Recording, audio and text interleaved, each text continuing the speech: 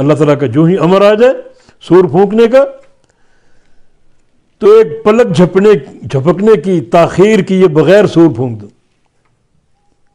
یہ اس کا امر آسمانوں پر قائم،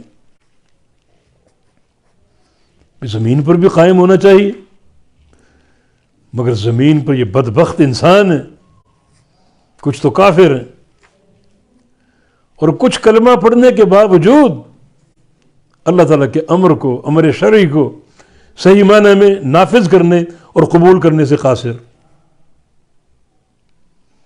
اللہ کے امر کو کیوں نہیں مانتے؟ یہ ہماری برادری کے خلاف، یہ باپ دادا کی تعلیمات کے خلاف، یہ ہمارے پیر صاحب کی باتوں کے خلاف، ہمارے امام کے قول کے خلاف۔ استغفر اللہ، لا حول ولا قوت الا باللہ۔ یہ انسان،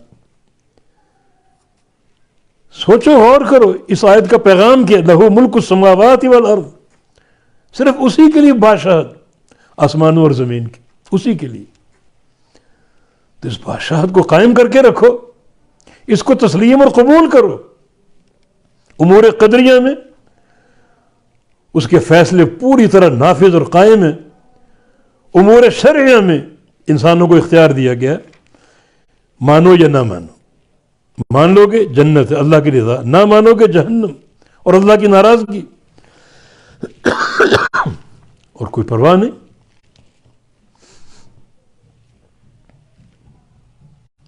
اس قدر بے باکی، بے خوفی، اتنی جرت اور جسارت۔ تو لہو ملک السماوات والارض، اسی کے لیے بادشاہت آسمانوں اور زمین کی، وہ بادشاہت قائم ہے، آسمانوں میں قائم ہے۔ جو امور قدریہ پوری طرح نافذ ہیں، ایک سر منہ بھی فرق نہیں۔ امور شرعیہ میں اللہ نے اختیار دیا، فرشتے اوپر پوری اطاعت کر رہے ہیں، اور یہ انسان بد نصیب